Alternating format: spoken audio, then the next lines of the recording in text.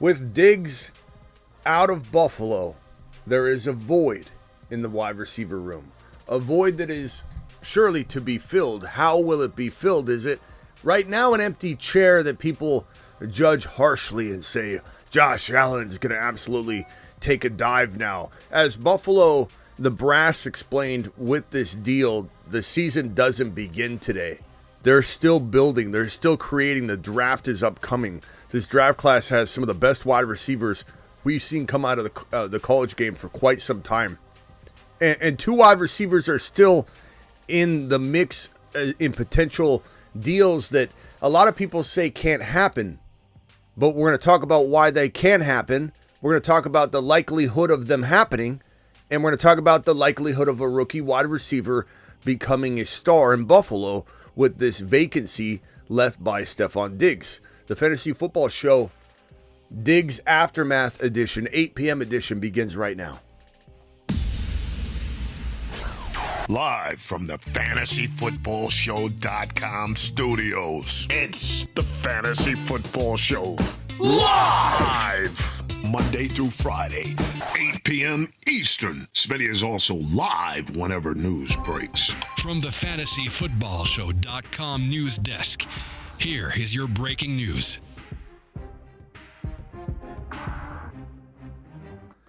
Smitty, there's no way Brandon Aiyuk's getting traded. Why, Steve? Because I'm a Niner fan. This is not going to happen. Let me enlighten you about something. Let me tell you something, Bob, who's standing here acting like this is not something that can happen. Oh, guess what I heard last night when I went live? Guess what I heard? Nothing but, Smitty, you're absolutely just digging. You're reaching on the Stefon Diggs thing. This is no big deal. His tweet last night wasn't a potential stirring the pot, getting things brewing for a trade and trying to get the hell out of Dodge. No, this is just Diggs being Diggs. You're overreacting. Smitty, they can't trade Diggs. The dead cap is insane, Smitty. There's no way a team would want to take on Diggs' contract. I heard it over and over and over and over. All last night, all this morning, and then what happened? This trade was far more unlikely, the Diggs out of Buffalo, given the dead cap situation alone. This is the worst dead cap situation for a non-quarterback we've seen maybe ever or for quite some time. And this was far more unlikely to happen than an Aiyuk trade is to happen. This is far more unlikely than a T. Higgins. He's franchise tag. He gets traded, signs a new 4 or 5 year deal in conjunction with the trade announcement. That is far more likely to happen than a Stefon Diggs getting traded out of Buffalo, where the Bills actually take on money just to get rid of this problem, this cancer in the locker room. So I don't want to hear anybody act like they know Aiyuk's not on the move. I've already explained this very clearly. You don't know, I don't know. No one knows. No one knows if Brandon Aiyuk's going to get traded. No one knows if T. Higgins is going to get traded. And if anybody says, oh, the Niners already, Smitty, come on. The Niners already said They're not trading him, Smitty. This is not something that's actually active. This is ridiculous right now. Can you believe this guy? Guess what the Buffalo Bills said about a couple weeks ago? We are not trading Stefon Diggs. That is over. We're moving forward. Our roster has Diggs on it. We're going to go attack, do great things in 2024. That came from the Buffalo Bills organization. Here we are today, and he's been traded. This is A, smoke season. B, the divide between player and team can develop quickly. And maybe Aiyuk isn't upset at the team as much as maybe I'm even portraying. Maybe it's all business to him. But I don't believe that to be really true down deep. I believe there's a bigger rift going on, and if the Niners don't fix this situation by extending him before the NFL draft, he will request a trade. That's when the doors start to open that you cannot close. Tyreek Hill was never meant to be traded. Tyreek Hill said, I didn't even want to request a trade. My agent called me up and said, request a trade. We're doing it. And Tyreek's like, why? I don't want to be traded. He goes, it's going to be leverage. It's going to be leverage. They requested the trade. Doors started to open. Offers came in. The price tag was set. Aiyuk's leverage for his contract is to request a trade. If anybody says Aiyuk, well, request a trade, I'm not saying it's a guarantee, but anybody that says Aiyuk will not doesn't know or understand the inner workings of how a player is going to leverage and try and get the most bang for the buck from an organization that is historically proven they're going to wait until June, July, August to extend a player when their options are off the table. Understand something. Aiyuk's value, his leverage, is when teams would be willing to trade for him whether he gets traded or not. Once those are off the table, he can't set his value anymore. Having a requested trade in and getting potential offers and contract offers from teams gives the Niners a sense of what he's worth, gives Aiyuk a sense of his appraisal value on the open market. And if you think this isn't true, you don't know ball. That's how it works.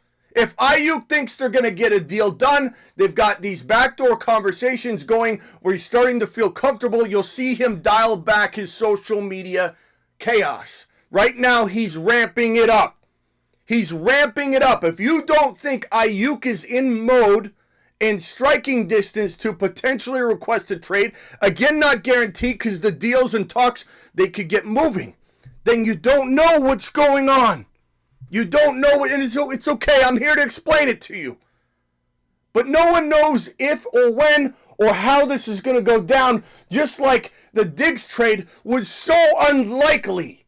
It was unlikely on so many levels, from the Bills telling you they weren't going to trade him anymore. That was off the table. From the cap issues. You're going to really take a cap hit on a non-QB at this extreme?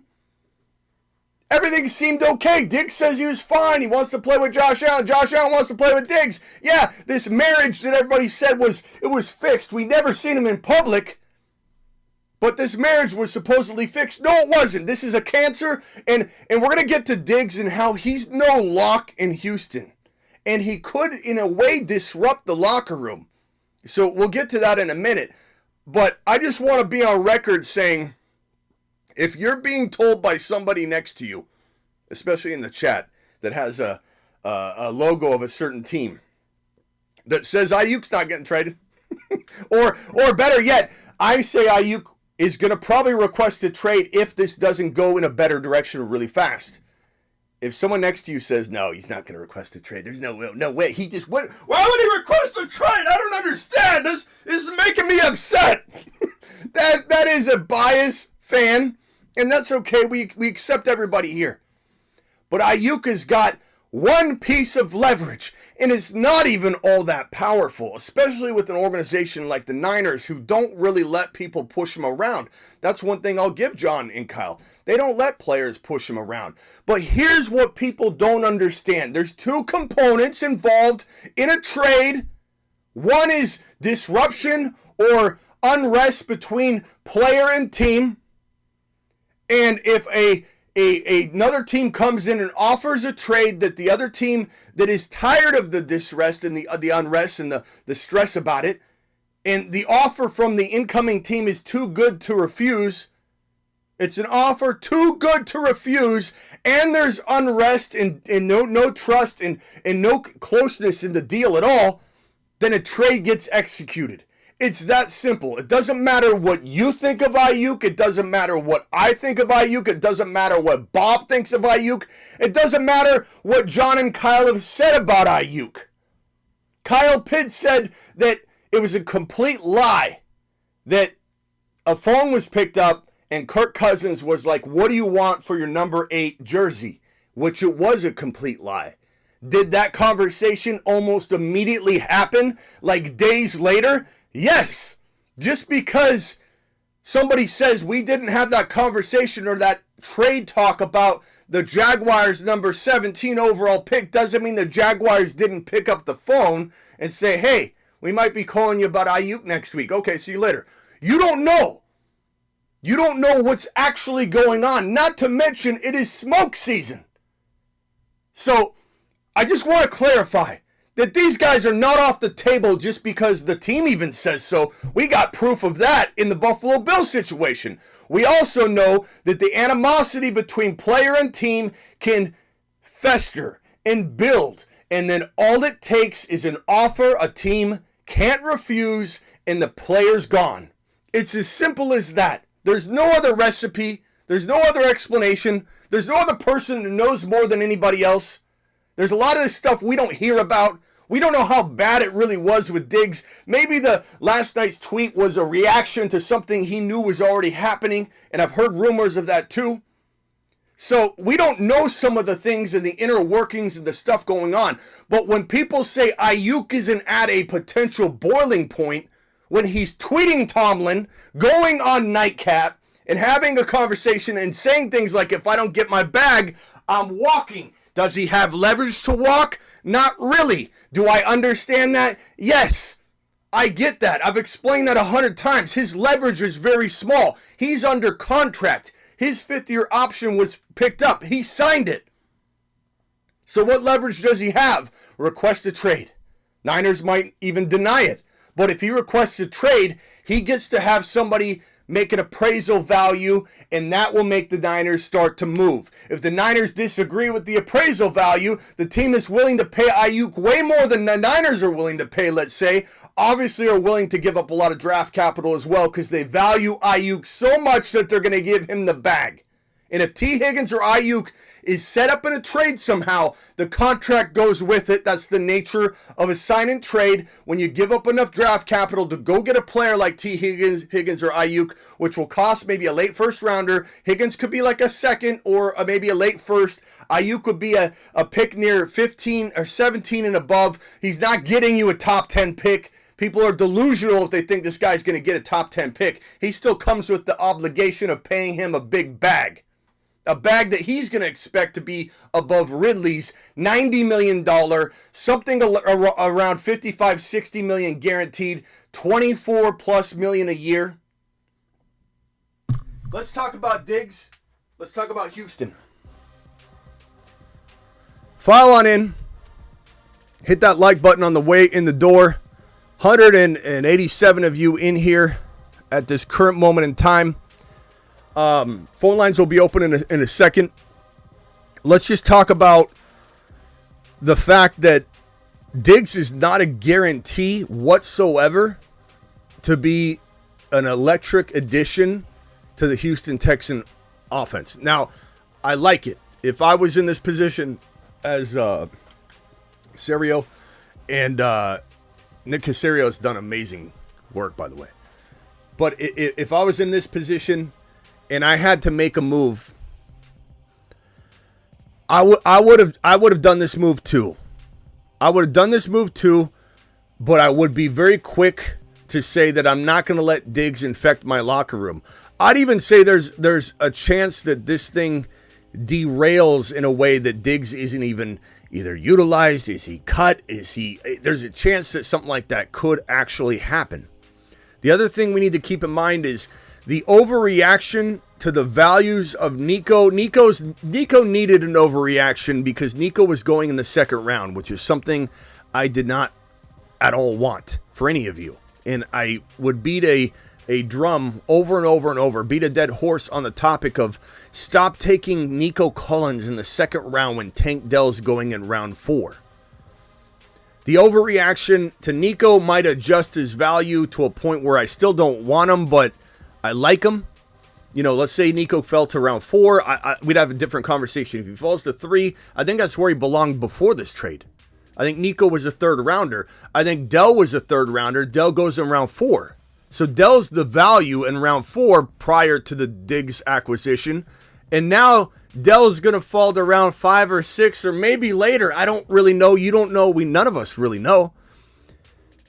I think the overreactions to the presence of a 31-year-old wide receiver this year during the season, he turns 31. The presence of a 31-year-old wide receiver that is diva-driven, drop off to an extreme degree, horrible in the playoffs, nothing to show for the second half of the season. Sizzle Sack says, when it comes to fantasy football, you are him. Thank you. Appreciate you, Sizzle. Sizzle coming in strong with the celebratory 6-month membership. Sizzle Sack to the moon. I'm sending you Sizzle Sack to the moon. I don't know. I think people are going to overreact. Now, I will say I love it for Stroud. Everybody loves it for Stroud.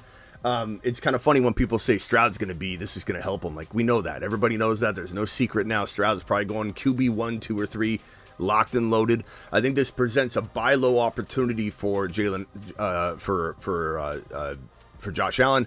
I think it bumps Jalen Hurts up potentially around. It might move Mahomes. I hope it doesn't. Mahomes is one of the best values in fantasy football at the 4.8 to 5.1 territory. I hope that Mahomes stays put and it's Stroud and like Josh Allen that just swap. But I love drafting Josh Allen on a dip right here. If there's anything that I think come swing in and say like, this is the reaction that we need to be having. This is the conversation we need to be having. And I might have to make a whole nother video on just this alone because I want these videos to resonate in terms of their topics. And right here, we're talking about Higgins and Aiyuk. But in a nutshell, you're talking about a player that might not move a single bit from his ADP or in retrospect. When it's all said and done, you're talking about a player that might be the number 1 overall scorer in fantasy football in 2024 in Josh Allen. And he might not move a single bit. He might score not 1 point less than he did last year. And you're going to have people thinking this bum, this crybaby diva, exiting the premises where he did nothing to help Josh Allen the entire second half of the season, and Josh Allen still amassed a total of 50 touchdowns by the end of the entire year. 50 touchdowns! 50 touchdowns! This guy throws for 40. He throws for 40 every year. He's going to get you a total of 50 by the end of the entirety of the season.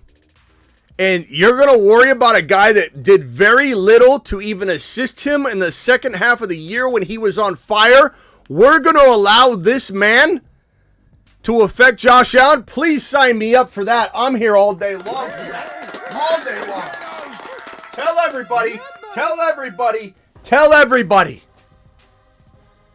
I've seen so many ridiculously crazy, funny comments from a lot of people saying Josh Allen is now dead. Josh Allen falls off. Josh Allen isn't nothing. He's nothing without Diggs.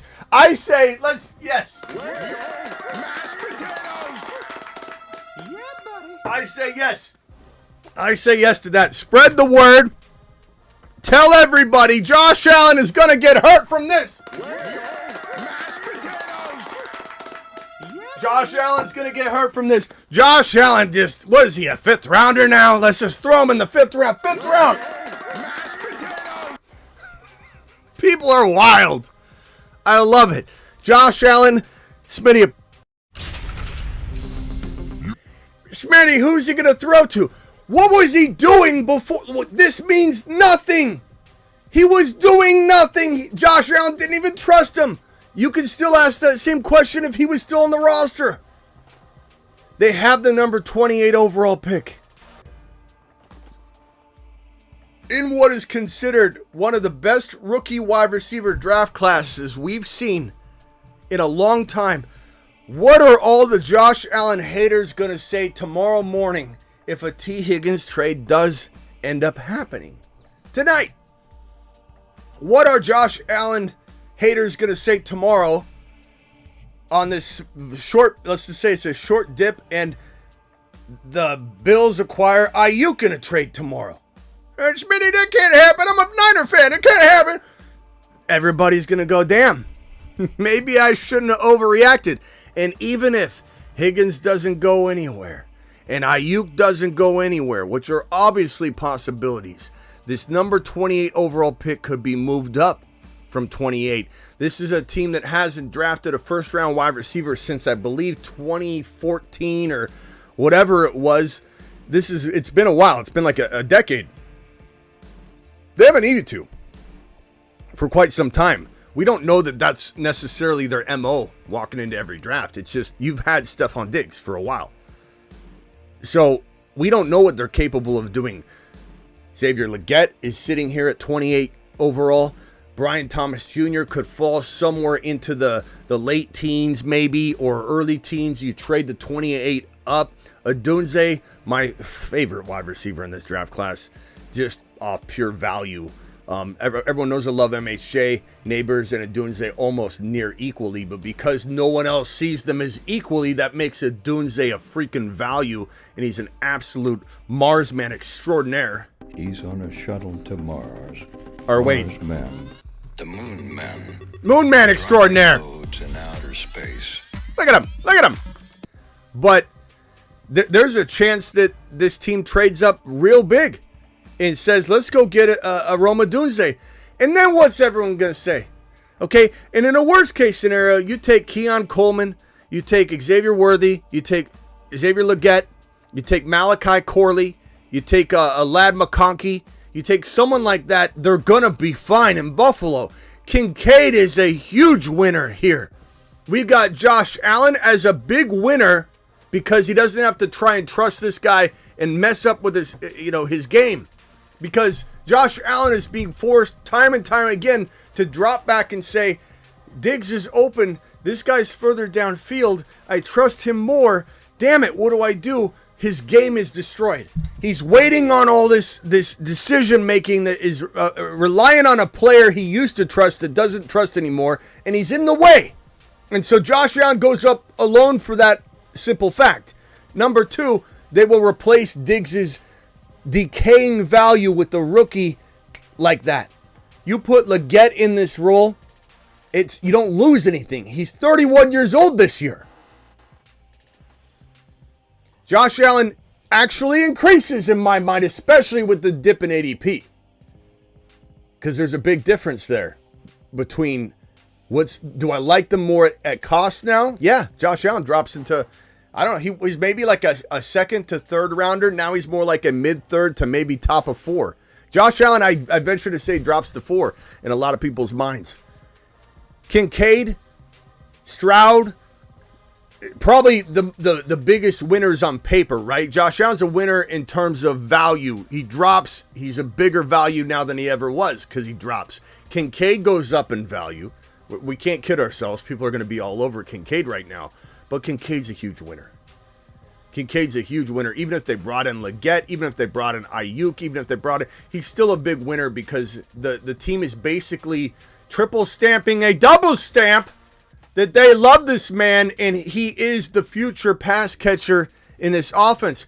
They went to a double tight end set at the end of the year because they wanted to keep Kincaid on the field, and that was more of a run-heavy approach this team decided to deploy to abandon the man that did not help them any longer in Stephon Diggs. This offense has changed entirely. Now, they need to lean on the run a little more in terms of the running back, but they do lean on the run quite a bit. Josh Allen ran a ton. Kincaid is utilized to the moon.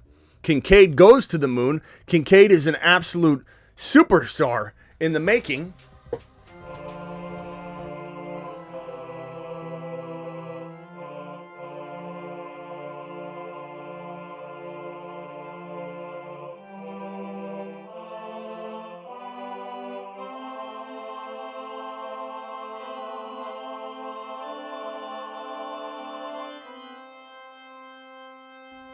Do I know what round Kincaid's going to go in? I've seen that question a couple times. I don't quite know how high he's going to climb, but he's a huge winner in this. Stroud's obviously a winner. The triple stack now has to be changed. We had this. Stacks. Now we got to put Diggs in there. To drop the pancake emojis in the live. We got to put Diggs in there. Now, this is unbelievable. There's so much impact, fantasy impact to this one single move, but it's a 3D chess game. And the people taking the negatives, the subtraction, and not understanding the addition by subtraction concept here, for people not understanding that the Diggs chair is empty, but temporarily, and that the Buffalo Bills, when they spoke on this as an organization, said that the season doesn't begin tomorrow.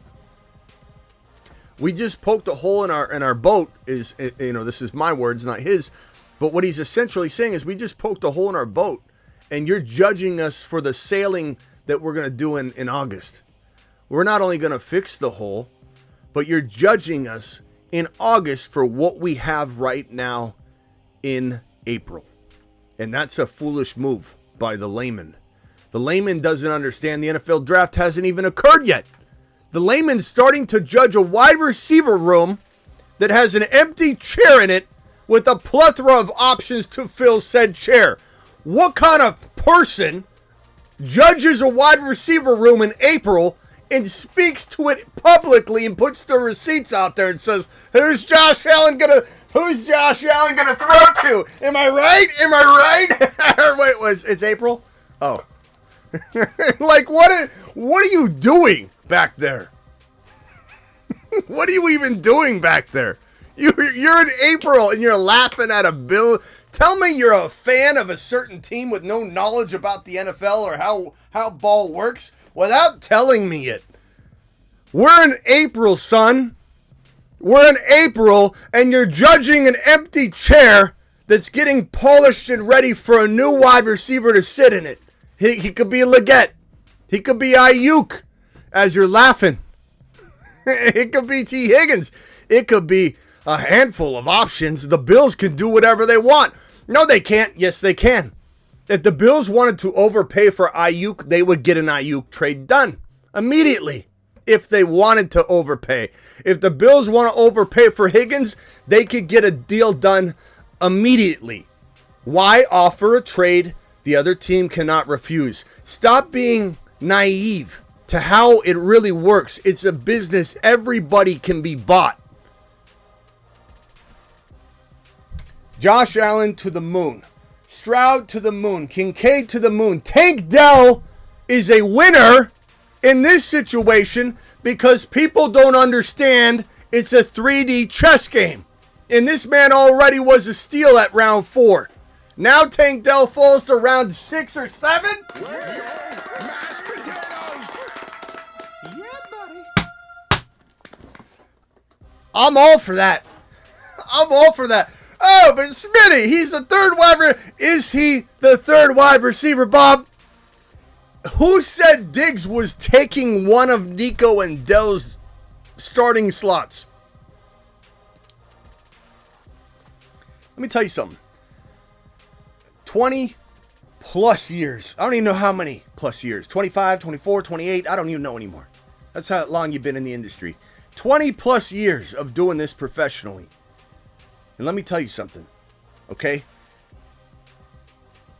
This guy Diggs doesn't have it in him to change teams with his diva mentality, with the crowded wide receiver room, lack of targets, his inability to be excited when another player on his team does well. He doesn't have it in him. He does not have it in him to, I believe, weather through this thing in breakout fashion. At the age of 31, he turns this year, which is well past the year of drop-off. So many things going against him.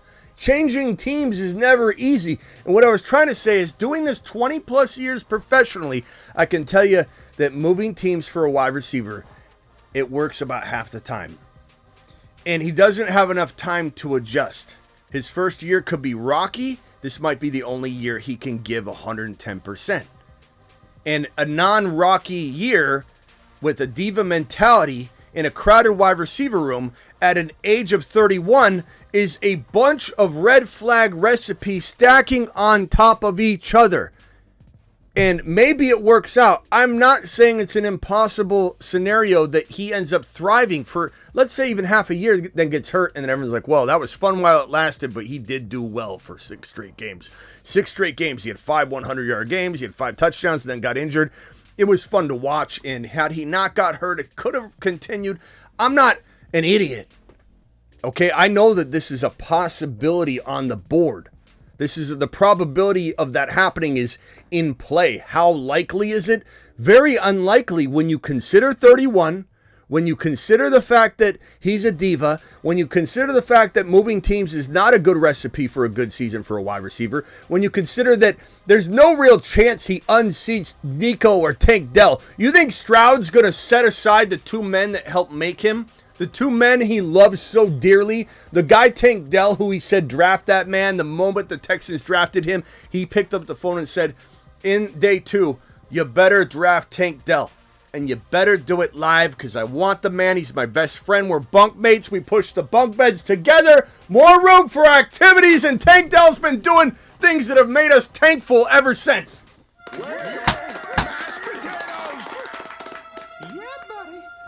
I'm so excited about Tank Dell's new value. I might make him a moon man today or tonight or tomorrow off of the back of his new overreacted ADP value. The knee-jerk reacting that's about to take place on Tank Dell's former 4th round value, probably 6th or 7th round value now, is going to make him a moon man by 48 hours time.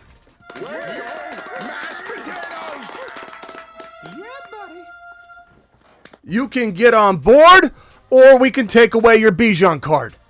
Your Bijan card has been revoked. That's up to you. We'll open the phone lines and talk more about this. We got Silver Rapture in the building. Silver Rapture's been with me from the beginning. Like, if there was a Beetlejuice or a Stuttering John in my group, Silver Rapture, which I can tell you he's got stones of steel. He's got nerve of steel. He doesn't get offended like Caleb. This Silver understands that being my Beetlejuice, being my Stuttering John is an honor. And I just want to say thanks to those of you that have been ride or die from the beginning, and I just wanted to throw that out there to Silver. Silver Raptor. My little bee. My little beat. Beetlejuice. Tank Dell's gonna hit the Moon Man list before long. This right here, speaking of a guy that cowardly walked off the freeway the other night,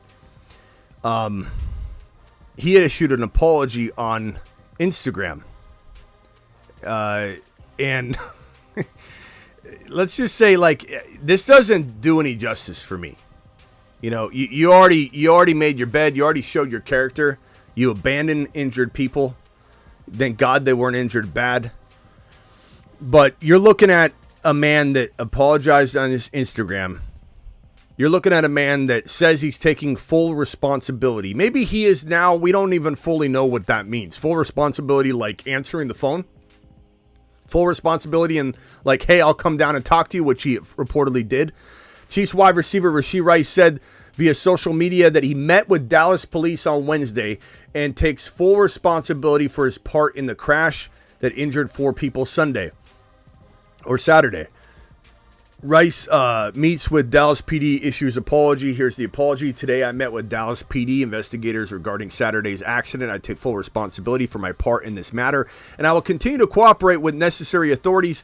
I sincerely apologize to everyone impacted in Saturday's accident, which he abandoned, walked off the freeway, left people in cars, did not check on them to see if they were okay after they caused a 6-car pileup. Might I remind you that all of the entourage in both vehicles, one which was a Lamborghini that this man Rice was leasing that he totaled, and the other was a Corvette that was actually Rice's that was totaled, reportedly.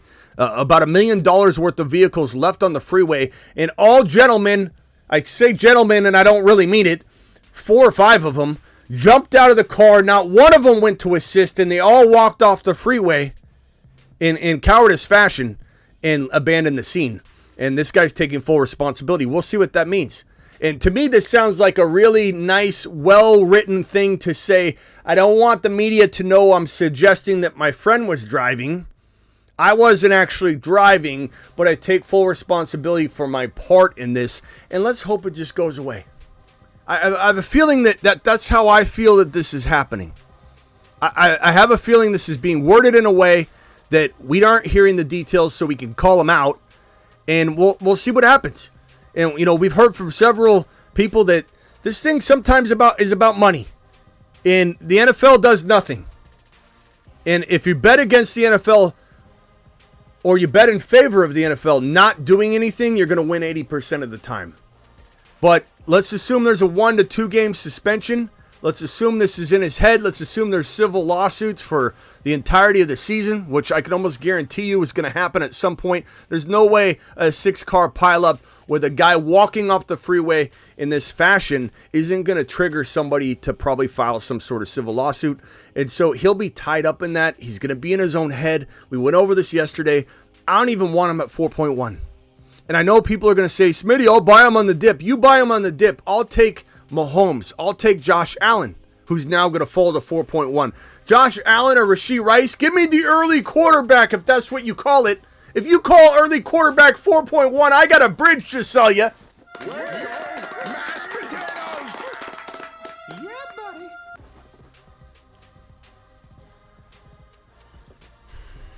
So, anyway, Rice. Enough of that guy. Seriously, like, you know, I'm all business, right? Like, I'll tell you where the line in the sand is. I'll draft him still. I'm not one of those people that can't draft him because of what he did. All that. This is a business. This is a business. This is work. But I'll tell you, he's going to be in his own head enough to worry me. He's also showing very questionable on and off the field, you know, or off the field decisions, and not on the field decisions, but off the field decisions. And he is questionable walking into this, you know, this rookie season by many teams who said, I don't know if I trust his decision making. Clearly, those teams were worried about something. And that something is rearing its ugly head right now. This is probably some of the best news. I hate to continue to beat a dead horse on my lack of belief in Caleb Williams, but the likely number one overall pick, Caleb Williams, made his top 30 facility visit to the Bears today, sources say. He was in town for dinner last night as well. Likely his only visit, a Chicago. This is a Chicago Bear. Everything we're hearing is that he'll only make the one visit. He's a Chicago Bear. The Bears have already committed to this man. And let me just tell you something. If there's anything in this NFL draft that reeks what last year's passing on Stroud in retrospect reeked, you know, in that sort of like, this is the one team that's getting it wrong and they're at the top of the draft. Everybody said that everybody had Bryce Young. Bryce Young and Stroud, you can remember it however you want. I get so sick and tired of seeing these ridiculous comments. Bryce Young, everybody had Bryce Young as number one. They didn't. And I'll admit, I like Bryce Young a lot. Carolina's a horrible landing spot. We don't know what Stroud would have been in Carolina. Let's make that abundantly clear. That's a horrible landing spot. Bryce Young is down and out right now. And I don't know how he's going to ever survive another year or two as they build around him and he gets absolutely pummeled into the ground. But Stroud and Bryce Young were a hot topic all offseason long. So your memory's very bad if you think that every team thought Bryce Young was the number one. It was a hot topic to the bitter end. And it was only because the top team, Carolina, wasn't wavering at all in considering Stroud is why you're remembering it the way you're remembering it. This is the same situation. It reeks from the same misguided decision-making at the top at the 1.1, and I couldn't be more pleased because I think this is the team that fails whatever quarterback lands in Chicago. I don't want JD5 in Chicago. JD5 is the number one quarterback. Penix Jr. is the number two, not even Caleb. Penix Jr. is my number two quarterback, and I don't care what anybody says. Mashed potatoes. Yeah, buddy. Ow! Just hit my knee. I think we got a super chat coming in strong here from Charles. Charles says, if Rice was on the practice squad, he'd be released. That's what comes with the territory of high draft capital and a value that the guy, was able to present in a rookie season. So I think that we're all caught up on all the news. I believe. I think I've got all the news on screen. I think we've covered everything as of this moment, at least. Phone lines are open. If anybody would like to dial in and have a nice little conversation around any of these topics whatsoever, let me make room for the phone line at the top of the screen. We're here. We're here to discuss whatever the heck you want to discuss. Phone lines are open. Dial in, dial in, dial in. Which this phone line, I'm gonna have a like the unicorn board for all of my top super chatters of the year, etc. I think the top super chatter of the year needs to go like in the top corner of like a certain screen, like maybe my standing screen. We need to have the top super chatter of the year always in the top corner. The phone line's gonna be brought to you by Grindhouse. News coming on that very, very soon. So hang tight on the Grindhouse announcement. Grindhouse is back, but we got more news to announce in regards to Grindhouse. So hang tight. But they will be the owner of the phone line. So you'll be calling into the Grindhouse phone line moving forward on the show, and then we'll celebrate our top super chatter of the year. Which currently is Perps with a $2.99, I might add. So if anybody wants to drop Perps off that board, drop a $300 holler, and you'll be the top super chatter of the year thus far. And speaking of a super chatting monster, a guy that is the top super chatter of the entirety of the show, the lifetime of the show, in a single live stream, this man dropped a 765 super chat. His name is Ron Navy. Ron Navy, what can I do for you, pal? Hey, Smitty. I didn't get a chance to talk about the whole Diggs thing, so I think it's a blessing in disguise for Buffalo. For sure. And I think, I'm not worried about Nico. I'm not worried about Dell. But what I am worried about is sooner or later, Diggs is going to bring his toxicity into that locker room. As soon as he doesn't think he's getting the ball enough, as soon as he thinks, because he's going to go in there and think that he's like the guy and he's not the guy. And he's going to bring in that toxicity. That's my opinion. And that needs to be nipped in a bud. The good news is that D'Amico and Nick Caserio won't put up with it. That's the good news. And so I agree with you. I think what you're saying is, I said it already too, that I worry that he's at 31 going to be frustrated with his body not being able to be as good as Nico and Tank Dell, on a lot of levels in practice and in the game. He's going to be frustrated that he's not nudging one of them aside.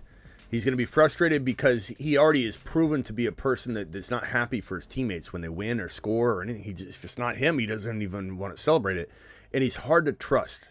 So Stroud's going to throw to him, and he's going to start to develop that I trust Nico or Dell more. At some point, he's either going to just accept that he's declined, and he's just going to be quiet and just kind of play it out, and I don't know. But kind of like close off and kind of, I think, fall apart. Or he creates a scene, like you said, and I don't know. I could, like I said earlier, I could see him get like released or something, mid-season if he can't maintain. Is he becoming AB? Is he dealing with something that Antonio Brown has been dealing with for so many years? Something the league doesn't even talk about or address, by the way, might I add. Like, clear as day, something's going on with AB. They don't ever talk about it. The NFL doesn't look into it. Buffalo was desperate to get rid of him because look at the cap hit they took on getting rid of him. They took, like, what, $30 million cap hit? Yeah. Or correct me. Yeah, it's up being like 31 total $1 million cap hit, something around 31 or 32 total. It's an expensive endeavor to move on, but it's not something that you got to ask yourself. Like, it helps you maneuver and go get something right now, and long term it does hurt. But you also got to weigh out, like, what are you spending in salary, and what are you not? You know what I mean? Like, if you kept him, you're not taking a hit, but you're also not paying out this, millions and millions of dollars salary to him in future years. So it's all how you look at it too, like, do you want to say, let's not take a cap hit, but spend the exact same amount of money and keep him around? It's kind of like a wash, really, when you really look at it. It's kind of like, do you pay, like, let's say Ron Navy was in here causing a ruckus and we're paying him, $100 a day on the show. Labor wage. We're paying him $100 a day.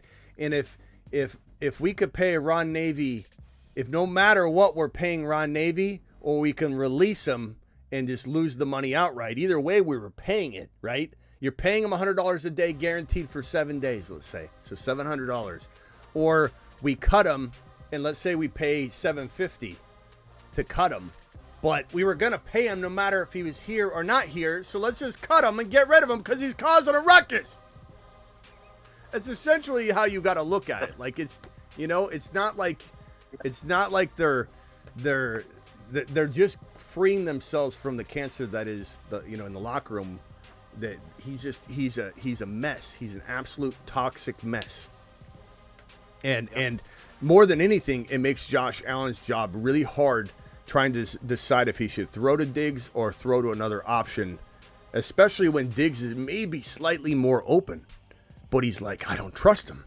You know, he had a debacle drop in that playoff loss, and then Josh Allen at the end of the game didn't trust to throw to him again. And that cost him all the game. And was it Josh Allen's fault?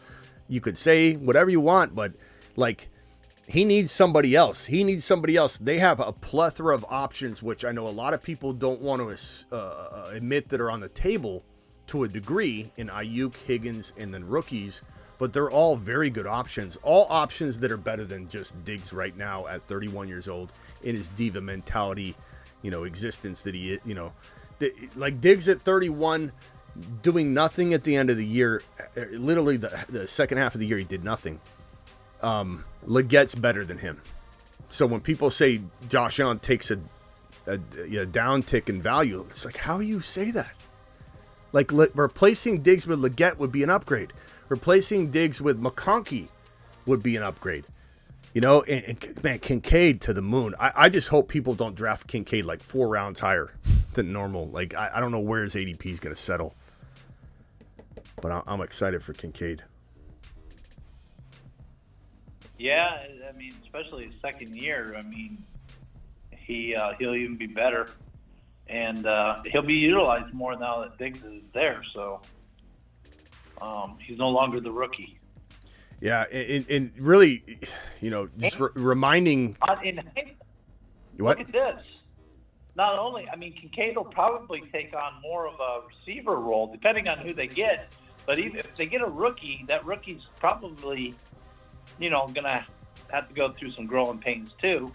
But they still got their other tight ends. So you put Kincaid as a, you know, more of a wide receiver, and you still got your other tight end there. Yeah, and they've been rolling double tight end sets, so like it's not like they can't. You know, they've been rolling both of them out there anyway. But just a reminder to people, like Kincaid's numbers were from the right side of the screen, 673 yards and 2 touchdowns. Not like the most impressive numbers in the world there, but when you look over at 73 receptions, that's such a big number for a rookie tight end.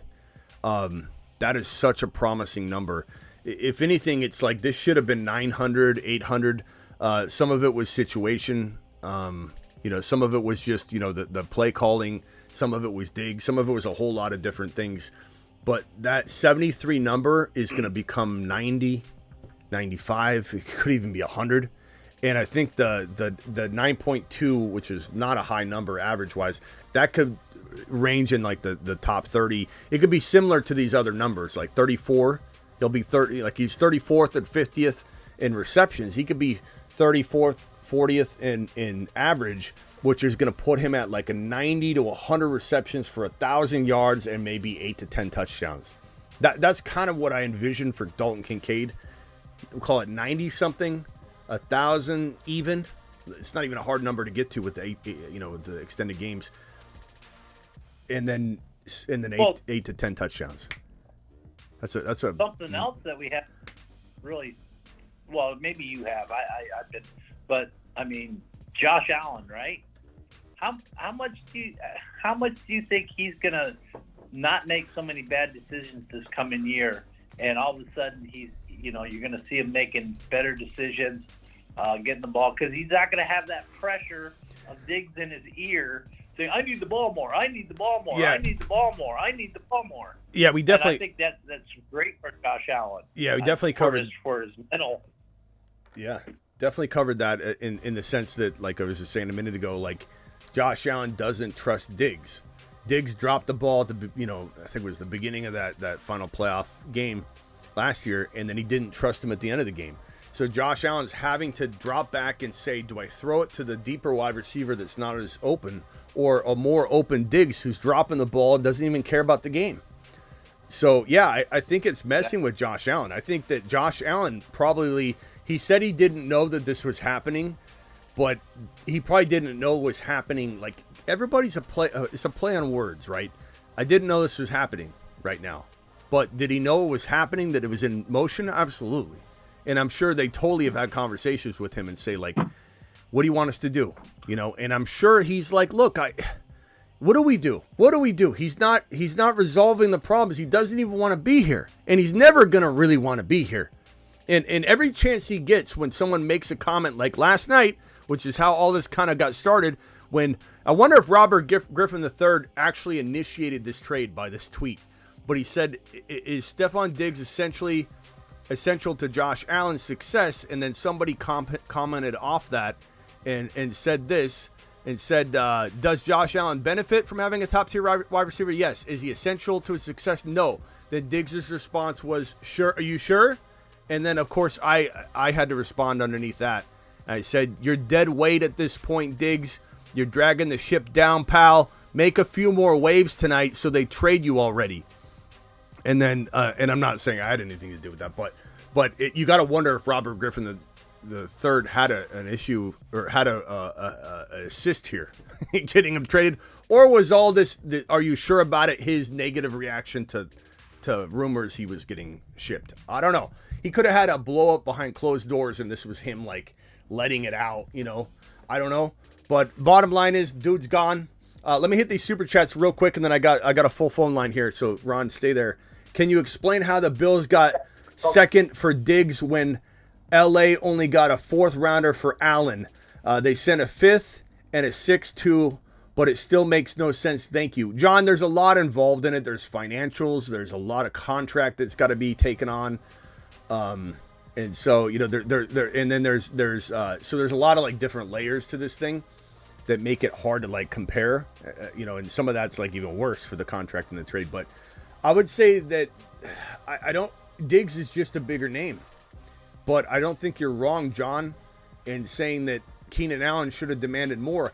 I think the Chargers crapped the bed on that trade, and I think comparing the two trades isn't something we can do.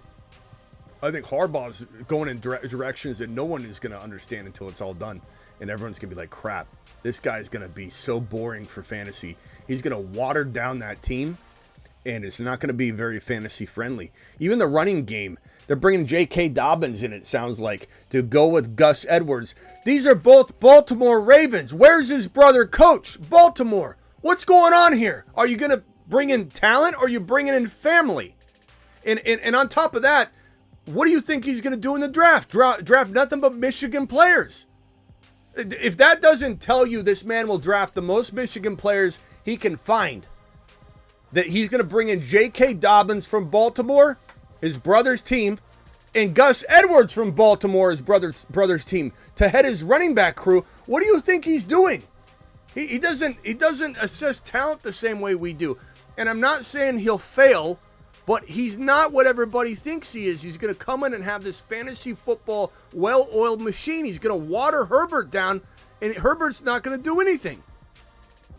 And if anybody thinks he's taking Neighbors locked and loaded, I got another bridge to sell you, because he's talking Joe Alt like crazy.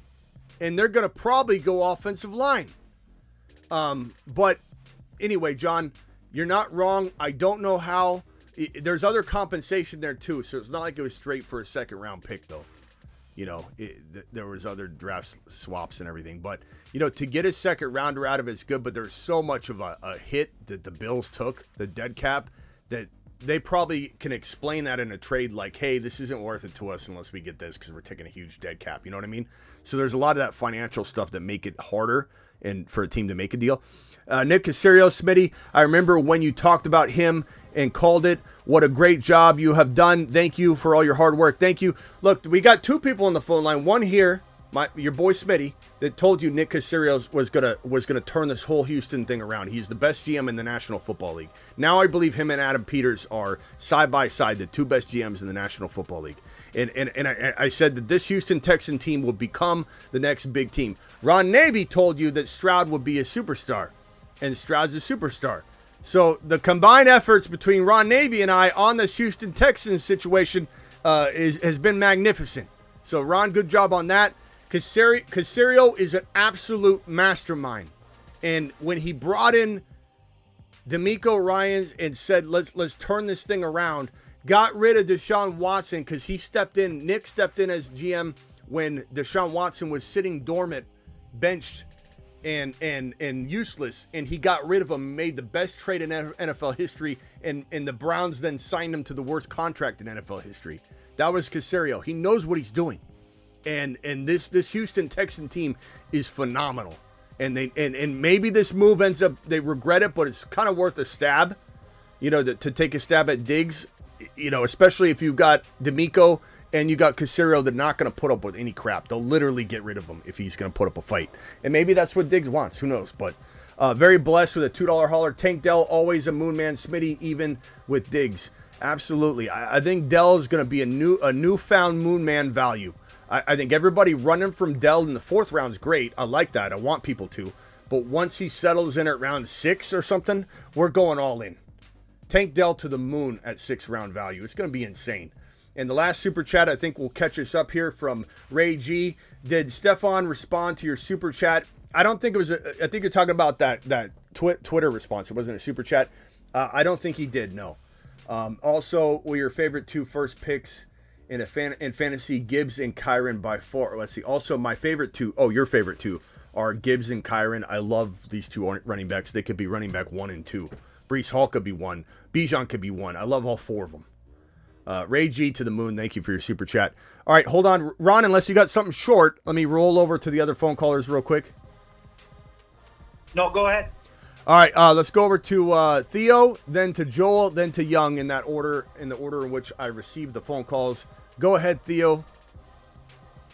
Yeah, in Dynasty, are you taking Bowers over Kincaid? Woo! I'm not ready to answer that yet. Initially, I want to say yes, and that's just me being 100% authentic and real. Motion detected at the front door. I mean, we're talking about a guy in Bowers that, by every metric, is absolutely like off the charts, unmatched. Like, you can't find a player that fits his metrics and his mold. Really, since you could say Kyle Pitts because he was such a good prospect, and I don't think we should judge that outcome, even though we think it's going to actually do pretty well this year. Kyle Pitts bouncing back, but Bowers to me is literally potentially the number 1 overall tight end of the future. Him and Laporta are 1 and 2 for me. I think Kincaid is, we got to be careful. If we're talking redraft, then Kincaid, because Bowers is going to maybe take a year. If we're talking dynasty, I think Bowers and Kincaid are neck and neck. I think Kincaid's right around my 3 right now. Bowers is my 2. Laporta's my 1. But those they're all top 3. You're talking about neck and neck and neck. Like these are the top 3 guys potentially in dynasty fantasy football tight end rankings. But Bowers does have a slight edge long term. Kincaid is top 5. He's top 3 potentially. So I mean, you can't really go wrong. What it comes down to is cost of entry too. Cost of entry on Bowers dynasty might be higher than Kincaid. We don't know. We'll have to see what happens. Kincaid could climb higher. All right, Theo, hold on one second. Joel, you're live. All right, cool. Hey, what's going on, Smitty? What's up, Joel? So I just basically wanted to call and ask you about T. Higgins and Aiyuk, from an NFL perspective. What do you think that other teams would, what would they want for a Higgins or an Aiyuk as far as like actual value? Yeah, it's a good question. I would say Higgins. Wouldn't shock me if Higgins got the 31 overall pick. It wouldn't shock me. I'm sorry. Higgins. Let's say. I'm sorry. I was flipping that in my mind. Let's say that you're saying like first round. Like yeah, like 30. Let's see, 30. We'll call it 32. Higgins could get you a 32 to I'd say 32 to like 28, 27. I don't think he's as valuable as Aiyuk, but I think that it depends on the need of the team. And yeah, see, I agree with you there. Yeah, let's say the Niners needed a receiver. They don't, but like that 31 pick, if the Baltimore Ravens offered 30 for Higgins, I think they could get it done. Is it possible Higgins only gets you a second and a third or something? It's possible. I don't really know. Look at the value of Diggs. Look at the value of Keenan Allen. They're very far apart. Fourth rounders, second rounder, hard to know. McBride. Yeah, McBride's up there too. I mean, McBride. So we'll go Laporta.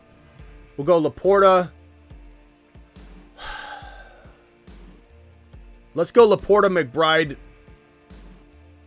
Kincaid for like, I think that could actually happen in redraft. In Dynasty, Laporta, McBride, Laporta, Bowers. But Bowers has the chance to be number one. So McBride, Bowers, Laporta, Kincaid, those are your top four. Yeah, absolutely. Thank you to Bolt. I don't know what I was thinking, not even mentioning McBride. What was the question, Theo? What else? Aiyuk? Basically, I was just wondering. I don't have anything else. Oh, not Theo. I'm sorry, Joel. See you later. Okay, later. Joel, you were saying Aiyuk? So Aiyuk could get you like 18. Aiyuk could get you 17. Aiyuk could maybe get you 20 from the Pittsburgh Steelers. But it also wouldn't shock me if he didn't command as much, but then the Niners wouldn't trade him. So as I said earlier, that the two components involved in the trade are an offer that the team can't refuse, and then also some sort of riff or separation between contract talks or the team, like Diggs is just absolutely causing chaos. And there certainly is that available right now in a abundance for Aiyuk in the Niners. They're definitely in a divide right now. Yeah. But is it repairable? See, sure. That's what's making me wonder. It's repairable for sure. Could the Bills, do the Bills realistically have, to offer what, the team could actually get for Aiyuk good? I would love to see Aiyuk at the Bills. That would be fantastic. The 28. Do they actually have the capital to get it? I don't know that the Niners want the 28 alone, but would the Niners take 28 and another pick, a fourth rounder, third rounder? Probably. But that's only if the riff is not repairable. If the contract is so here's the problem. I know a lot of people are going to say the Niners won't trade him. The Niners won't trade him. They'll trade anybody, but here's the thing, is it's not about we're just going to stand firm on it. It's about the long-term outlook. If they're offering Aiyuk $23 million a year and he wants 27 and Aiyuk's not budging, they're gonna not be able to bring him back, and it's gonna be a constant. At some point they're gonna say what he wants, and even if he can get it, and let's say he could get it. Let's say Aiyuk says, this is why a team usually allows a trade request, is let's say Aiyuk says, I want 27, I'm not budging. And they go, look, we think you're bluffing, here's 23. No, I'm literally not going to talk to you again unless you give me 27. Okay, so then they go, well, go request a trade. We give you permission to talk to other teams. If you get another deal, bring it back to us and we'll look at it. And so he goes out there and he gets no $27 million offers. None. Then he comes back, crawling back, and says, well, I'll do 23 and a half. And then the Niners are like, okay, that's part of that process. You allow someone to go request a trade and explore around, because it sets the player in their place sometimes. And other times it can, in Tyreek Hill's case, they were trying to finagle, and Tyreek Hill's agent requested a trade. They allowed it, and Tyreek Hill went out and got more money. And then the Chiefs were like, crap, well, I guess goodbye. Because if he's not going to sign it, then they're just wasting holding on to him. So Aiyuk, they could call Aiyuk's bluff. Maybe Aiyuk would sign the deal he doesn't want, but maybe he doesn't, and that's the Niners have to make that determination. If they're so far apart that he wouldn't do it, because just because you need the deal doesn't mean you're going to sign it. If you're so far apart, you're not signing it. If you're close and you're trying to finagle, you'll sign it. So that's what it's really all about. How far apart are they? Is the rift repairable? And then does a team come in and offer an offer they can't refuse? Now, here's a scenario. If it's not repairable and they're really far off, but a team doesn't come in and offer them even a first rounder, then the Niners aren't just going to trade him. They'll just hang on to him and take the risk. So there's levels to it, but people are ridiculous when they think that the Niners won't trade him. They probably don't want to trade him. They don't want to go through, all this right now, but if it's irreparable, they will. But heck, man, I wish they'd use him more. That's part of his beef. He's got a lot of beefs. He's got a usage beef. His girlfriend's out there making noise, and Niner fans laugh at that. Yeah. Oh, you're going to report on what his girlfriend says, huh? The Niner fans heard Josh Allen's girlfriend talking about how he wanted out. They be talking about it left and right. That is part of the whole process. Not to mention, do you think his girlfriend is just talking out of turn, or is she relaying and conveying what he's constantly talking? You know what I mean? Like, whose girlfriend speaks for them when they're not even on the same page? Like, and just goes into the media and starts talking about it. Like, come on. So, like, he's clearly upset. She's probably going to be more willing to say the things he isn't. Yeah, and that's one piece. Like, it's so ridiculous when people say you're reporting on what his girlfriend's saying. Like, well, you really don't know what you're talking about. You really don't. There's eight different things going on. He's tweeting Tomlin. He's going on Nightcap talking about how he's going to walk. Uses the walking motion with his fingers. Says, "Pay me or I walk." He's constantly. The moment John Lynch got off his press conference, he undermined his entire press conference, putting poop emojis on his Instagram. Like, what are you talking about? He's completely crapping all over the situation. He's trying to light it on fire. And he wants his money, and he wants it now. And I don't blame him. I also don't blame the team. There's two sides to it. He's under contract.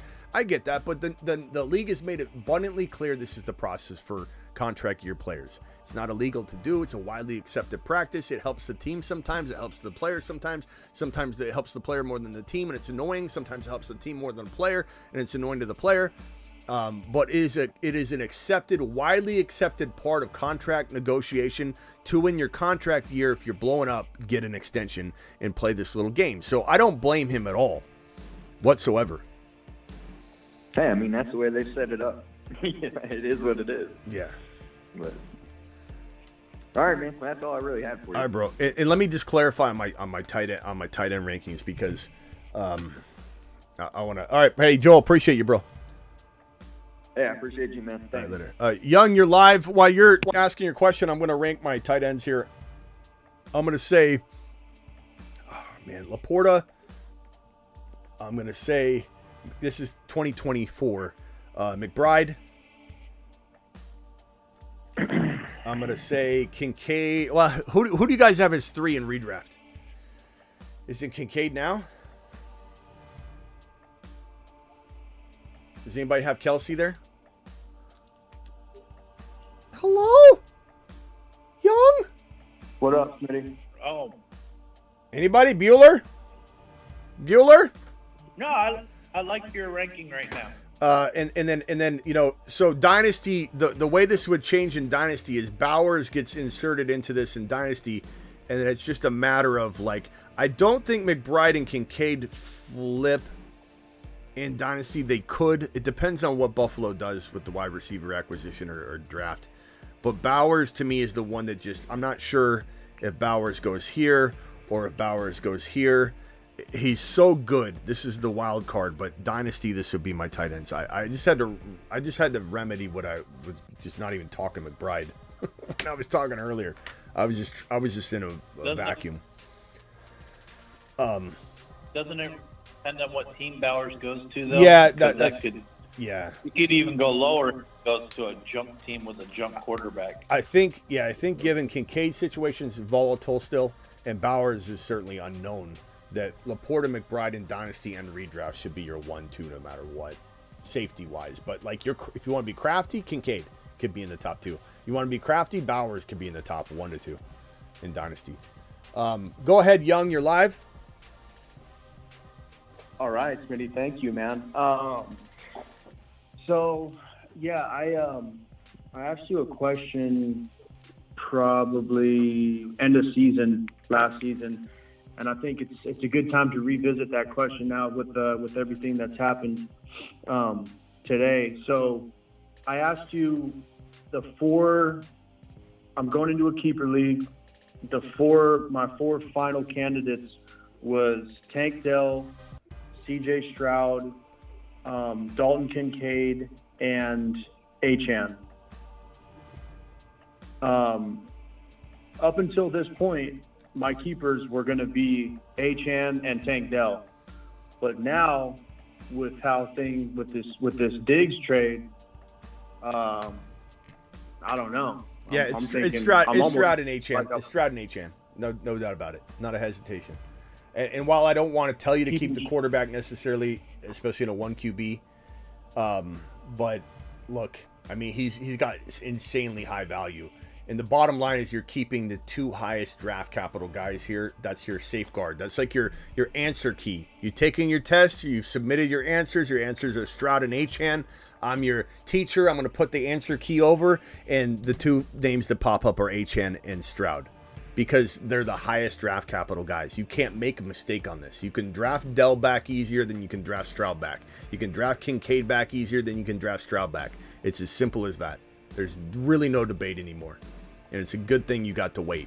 Not to mention, he's just an absolute upgrade right now. Like he is, Achane and Stroud's a fantastic beginning to your team, and you know you still got a first round player that you get to draft. You know, a top 10 guy. So.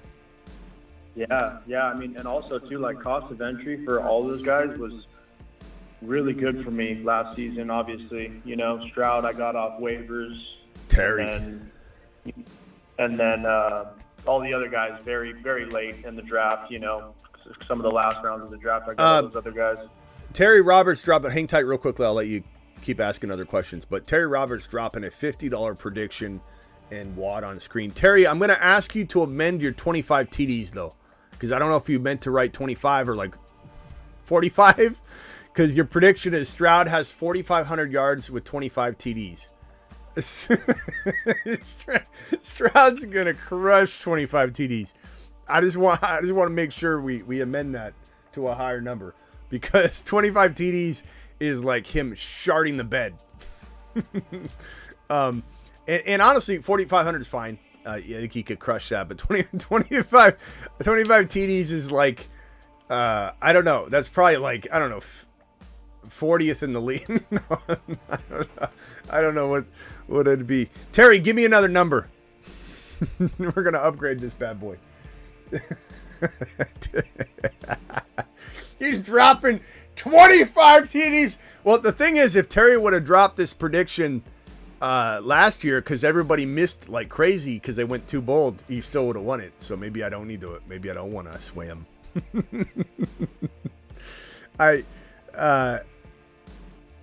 Let's see what he says. Terry, give me a new number.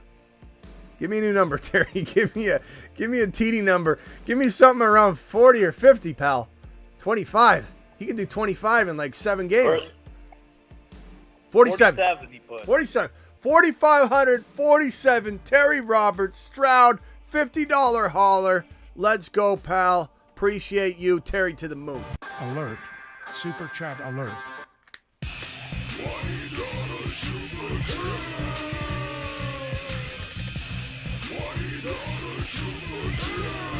I think Terry showed his conservative side right there. 25 touchdowns. 4,500 yards and 47 touchdowns?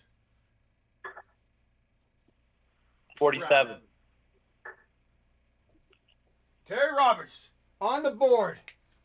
On the board, Terry. There it is. Right here, pal. Terry Roberts, 4,500 yards, 47 TDs, CJ Stroud doing it live. To the moon. To the moon. That did make my day, though. 4,500 yards, 25 touchdowns.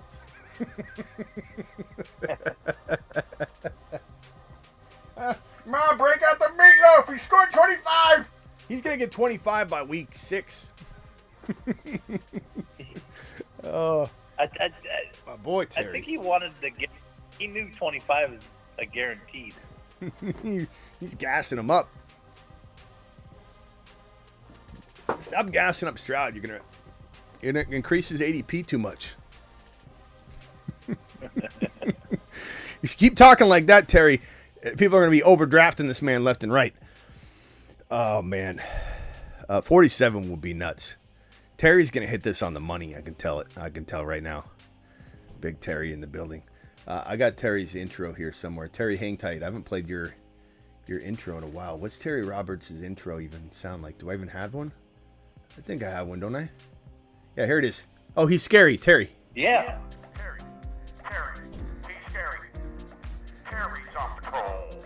Terry's on patrol. Thank you, Terry Roberts in the building. This $5 hauler from Receipts with Reed.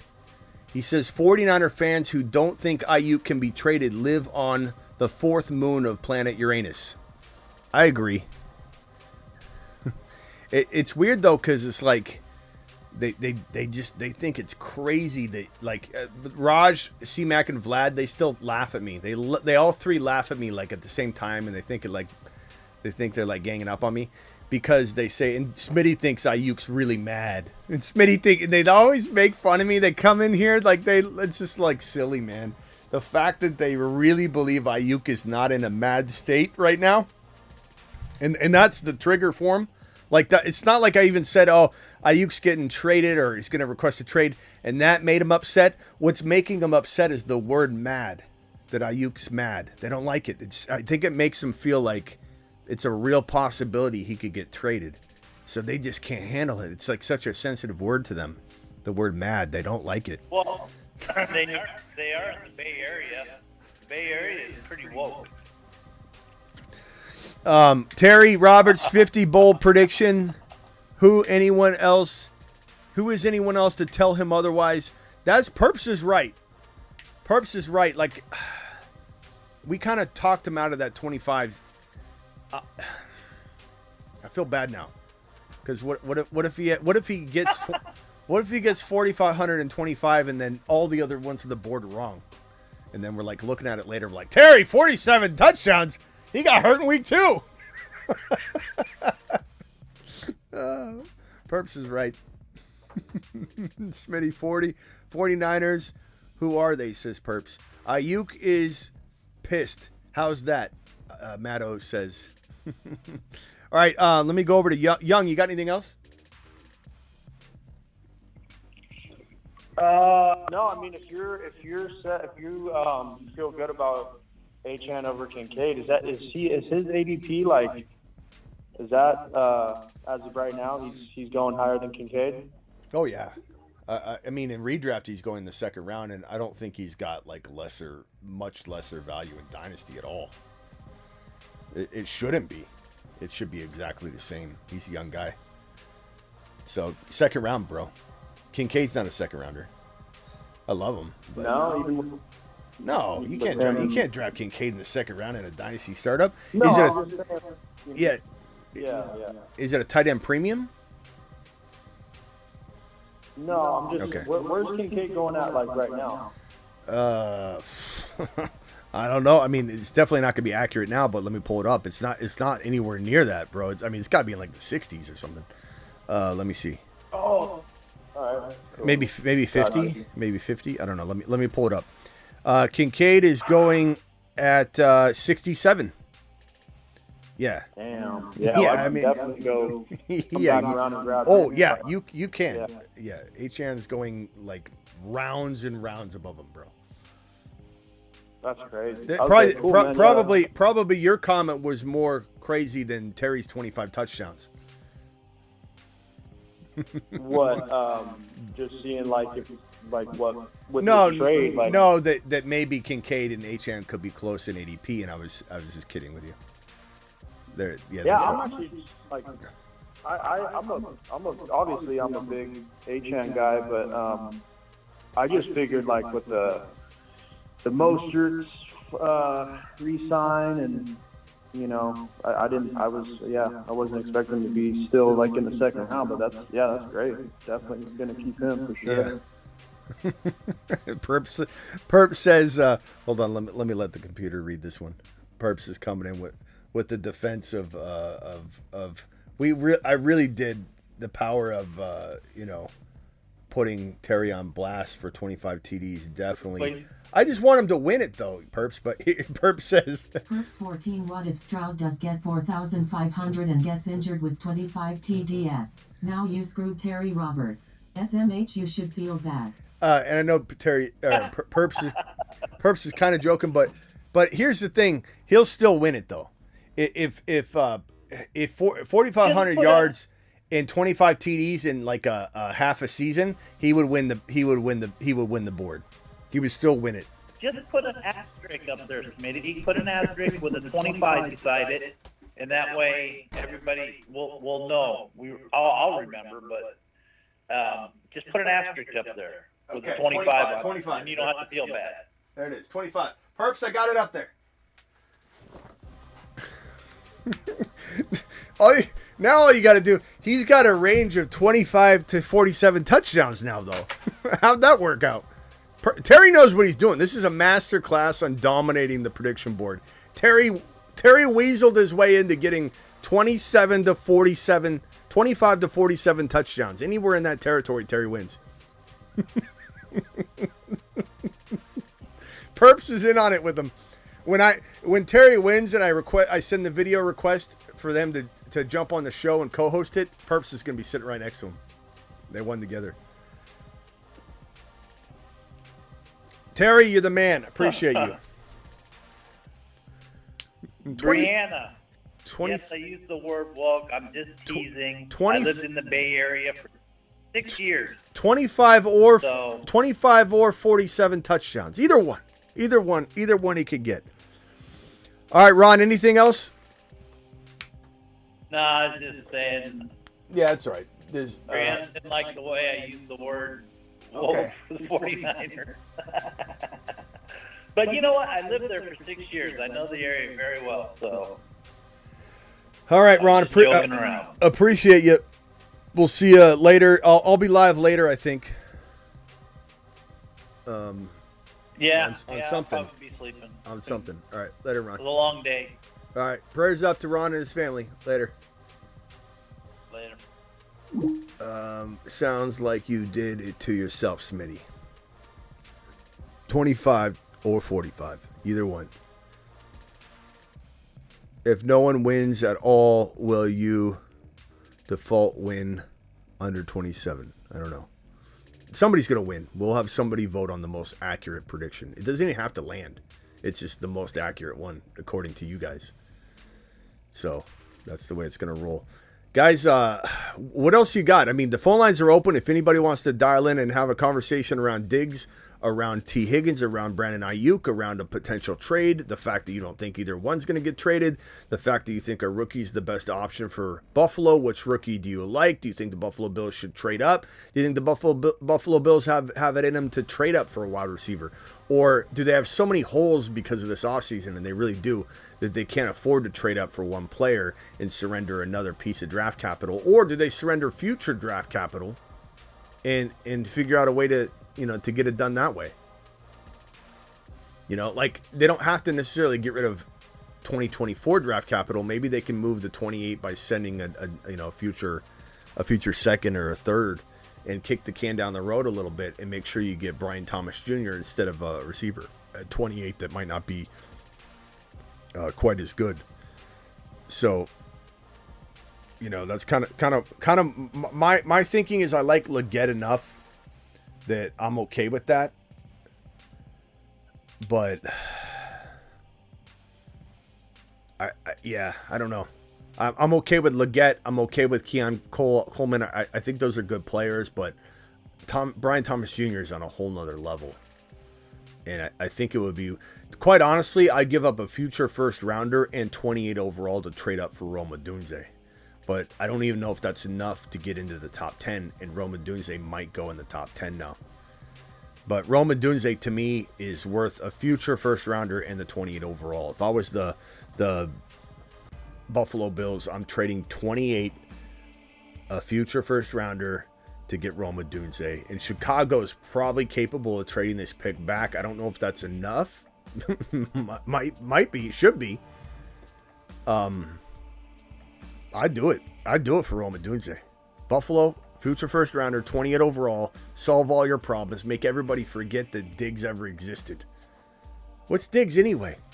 Some division championships, some appearances, a playoff appearance. Like what has Diggs brought to the table? A lot of stats during the regular season.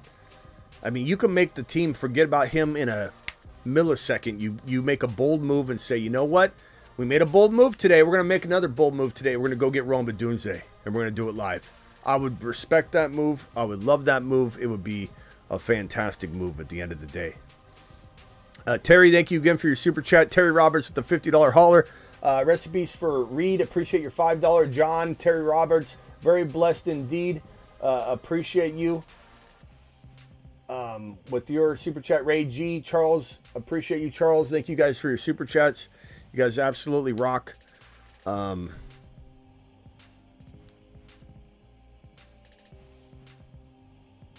see what else.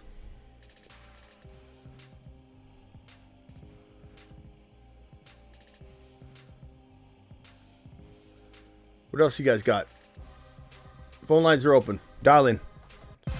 Call into the show. Call into the show.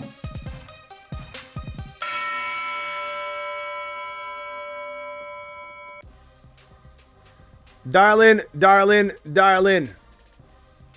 Will the Bills trade for Brandon Aiyuk or T. Higgins? Will the Bills end up doing it? Does anybody believe they will end up doing it? Does anybody believe that this is going to happen? Does anybody believe the Bills could offer an offer that either team couldn't refuse? Does anybody see a better option on the table? I honestly think that Barkley was, like, in retrospect, I would think they believe this maybe to a little bit of a degree, but I can't believe that this team didn't say, maybe we go down this road with Diggs, maybe we don't. Let's bring in a superstar. If this team had Kincaid, Barkley, and Josh Allen, it'd have no concerns. You could get a Leggett and no one would even bat an eye. They'd say this team is loaded. Barkley, Kincaid, Shakir, Curtis Samuel, you'd be fine. And you bring in a rookie, could be McConkey, could be anybody. I'm a little bit disappointed in the Bills not going hardcore after Barkley, hardcore after Henry, hardcore after Josh Jacobs. I believe that, maybe one of them wouldn't have went there. We don't know. But I believe if they went strong after one of those guys, they could have brought him in. And I know people are going to say money, but that kind of money, the running back money, is easy to drum up. It's not something that's going to break the bank. It's something you could easily manipulate, move around with one freaking, reworking of a contract. You're talking about running back money. Running back money is near rookie contract money. So it's kicker money. That's what kicker money is a running back. So let me go to Cap, and then Ron's calling back in. Cap, thanks for waiting. Cap, what can I do for you, pal? Yes, the man said dial in, and dial in. So I dial in, man, and I come with a concern of not of fear but intrigue in Miami, watching these moves go down in Buffalo. Okay. Does this mean now more than ever that Miami is in win now mode? Take advantage. The division's being handed to you right now on a silver platter, or do we open mind to a new breed of talent in these young bloods in Houston? Are we going a different route in Cleveland? Do we not pay attention to the Dolphins no more? Or the Dolphins are in win-now mode more than ever? The Dolphins have lost a lot of players like the Bills. So it's not like, it's not like you're sitting there on top of the world, my guy. But I think there's a lot of talent on both rosters that Buffalo, Miami, the New York Jets are a big time threat in that division. So I don't know. You asked a bunch of different questions and you kind of went outside of different divisions. I would say Houston to me is they're not gonna sneak up on anybody. Everyone's expecting that this is a team that marched through the playoffs and won a round and almost took out the Baltimore Ravens, and you just gave a receiver that the Ravens should have really been after. You just gave a receiver that might even help them more. Not to mention that even if they didn't go after Diggs, this is a team that is hopefully they have upgraded their running back room a little bit. I don't know how much Mixon's got left, but it'll be interesting to see how much better they just get on the back of Stroud improving alone. So this is I don't know what your question was, but the Stroud and the Texans are the team. My question is the best offense in the AFC goes to who as of today on paper goes to who? It's a tough question. It depends on paper, mind you. I would say on paper probably the Texans. On paper, probably the Texans, but the best team in the NFL is the Kansas City Chiefs until someone stops them from winning 3 straight titles. Like, you got to give the Chiefs the respect they deserve. Going through the absolutely. My point is that the amount of improvement in 2 years that GM has done compared to what we're trying to do over here in Miami, almost 8 years, you have to give credit to Houston for that. For sure. But here's the problem in Miami, bro. Is you had Fields sitting at your disposal, and instead your coach, who I like a lot, but he clearly has some deficiencies that mirror the man that brought him up in Kyle Shanahan. Kyle Shanahan doesn't know quarterbacks at all. He sucks at quarterback personnel decision making. He's garbage. He got lucky. He got lucky that Adam Peters probably handpicked Brock Purdy for him. Okay, this man is horrible at quarterback decision making. He always has been. And Miami Mike McDaniel doesn't see that Tua's not the answer. And he had an option at the very least to go do what Pittsburgh did, bring him in as a backup and see if he can shove himself onto the field. So the Miami Dolphins are beholden to the health of a man named Tua Tagovailoa that, yes, avoided a hit to the head last year, but one hit and he could be done. And he also proved he's not the most reliable guy at the end of the day, and he can score a lot of points, he can throw a lot of yards. The offense is potent as hell, but he's not the quarterback that's going to win you a championship. That's 100% in my opinion. Fields could have been. That would have been the best safeguard move for this Miami Dolphin team. You put a running quarterback like Fields with Achane, Mostert, Hill, Waddle. We got so much pushback on that. We got so much pushback. We're getting pushback on anything we want, but that's neither here or there, man. I mean, you're right. It's pretty much quicksand. We're just with the motions, but kudos to all the GMs to do it in less than 2 years, man. You're starting to see now it's changing. Yeah, you're breaking up kind of like the Miami Dolphins team is starting to break up a little bit. Hey, I will say I still hope that Mostert, Achane go to the moon together this year. All right, man. Appreciate you. Appreciate you, brother. Ron Navy, you're live. You can't forget all the injuries Miami sustained last year too. That was a killer. But I called because I was going to mention this earlier, and I forgot when you were doing your tight end rankings. And maybe I'll make this a bold prediction, but I don't think it's a bold prediction actually. But I feel that, and I haven't mentioned it, and that's my other thing. Kirk Cousins makes Kyle Pitts a top 5 tight end this year. For sure. I mean, Kyle Pitts is right. He's on that top 5 borderline, no doubt about it. You know, that's why he's a revenge tour candidate.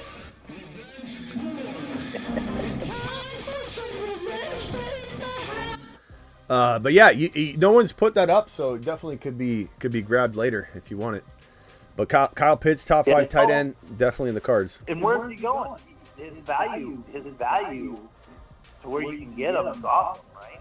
I mean, it's above Kincaid, but one spot. So 63, still pretty good. Yeah, that's a decent spot. Yeah. And Joku at 92 is kind of wild. He had such a good year. And Joku at 92, that's crazy. Oh, yeah. That's good value. Yeah, but you got the quarterback there. You're relying on what? I mean, the most overplayed quarterback in NFL history. Yeah, but I mean that's still crazy. 92. That factors in so much risk. Yeah, that is a lot of risk. Right. I mean, you put Flacco back on that team, and the Joku goes, his ADP climbs higher. Well, they got 8 quarterbacks now, so somebody's going to throw to them. Yeah, something. All right. Later. All right, later, bro. You got anything else? Oh.